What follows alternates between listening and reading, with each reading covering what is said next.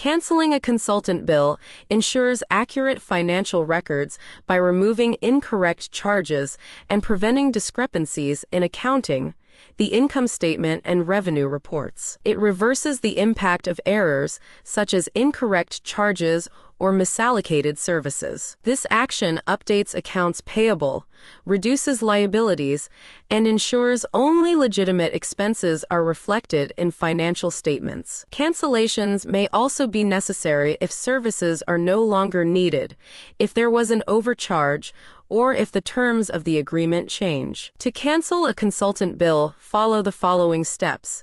Navigate to the procurement module and select supplier bills. In the newly opened window, locate the consultant bill that you want to cancel in the supplier bill view section. Then click on the delete button at the end of the supplier bill and confirm by selecting OK on the prompt that appears. This action removes the consultant bill, reflecting the changes in the accounting system. The reversal of the transaction ensures that the financial records remain accurate and up to date.